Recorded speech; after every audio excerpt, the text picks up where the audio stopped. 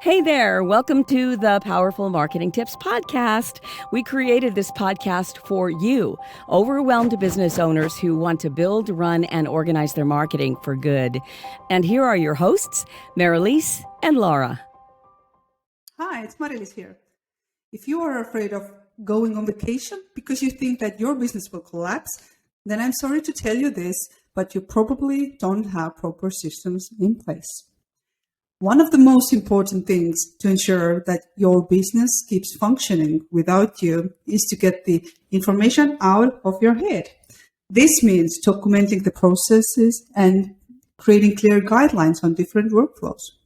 I know it can sound like a lot of work, and you are probably thinking that you don't have time to do this, but look at it as an investment. If you take this time to do it properly now, you will save a lot of time in the long run. Another thing that most small business owners struggle with is delegating here. But learning how to do that is essential again if you want to scale your business. You simply cannot do everything on your own, right? So today I want to share with you some tips to make delegating easier for you and also to the person you are delegating to. So first tip is to define the goal and set expectations. People think in different ways and approach problems also differently. If you just demand them to do the task in the exact way that you have always done it, then they may miss the entire meaning behind the task, and you don't want that. So make sure to explain to them why this task is important, what you're aiming to solve, and what are your expectations around this. It includes deadlines, documenting, collaboration, etc. So second tip is to define what tasks need to be done in what time and map out the process step by step until the last step that you are able to plan for the time being. This is especially necessary if the project you are delegating involves many steps. By writing it down together and putting the tasks in the correct order helps them understand the dependencies and priorities. And make sure to let them know that as soon as they think that deadlines are not realistic here, they need to come back to you with that as soon as possible. So the next tip, use mirroring technique. What it means. Once you have explained what it is that needs to get done, always ask team members to explain back to you what they understood. See how well they are able to really explain the duties and whether they fully understood your expectations. Another tip, take time for teaching. Teach them what they need to know in order to execute and ask them again how they understood this new knowledge. Be aware that depending on the complexity of the task, it might take 2 to 4 weeks to train someone to do a new kind of work. But taking this time is crucial if you want the task to be done properly, not only this once, but also in the future. Or what you can do if you don't know yourself how to do this task, give them time to learn and do some research around it. And then they can come back to you with possible solutions themselves. And you might be surprised how it really inspires others to be involved like this. So the next tip is to make sure to use some project management and or productivity tools. There are Trello, Toggle, Smartsheet, Monday.com.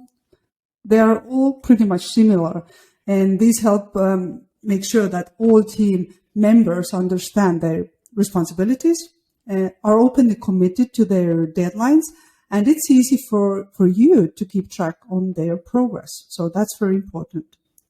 The next tip is to agree on follow-up time and let people know when and how often you will check in on their progress so they will know. Follow-up is the most crucial part of every project for sure. Follow-up time is a good time for them to ask for your feedback and help as well. And you can also use it to plan the next steps and deadlines for everyone. Keeping track of where they are at in the process will give you peace of mind as well, especially when they are on the right track. So make sure that the follow-up time is in everyone's calendar as well as your own. Again, this is the place where you can discuss whether you need to change the deadlines or do something else in order to really complete the project or the task. Another tip here, and I would say this is the tip that most people forget about, is closing and feedback. When a project or task is done, always give feedback. You need to bring out everyone's contribution and thank them for it. Describe what you expected, what you valued while working with this task, what might be improved next time, and the next steps moving forward. So that's very important also to do. So doing these things makes people feel noticed and valued, and that their work is really appreciated. So people like you more when you show respect and admiration for their work. I really love this quote by Maya Angelou. People don't remember the exact words you say, but they remember how you made them feel. So I wish you good luck with organizing, and I truly hope you get to take some time off this summer to recharge your batteries and come back stronger than ever. Thank you and see you soon. That's all we've got for this episode of the Powerful Marketing Tips podcast. Make sure to link up with us at our free monthly international mastermind event.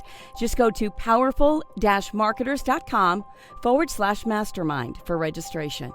And one thing that would really help us and other new potential listeners is if you would rate this show and leave a comment wherever you tune in to listen.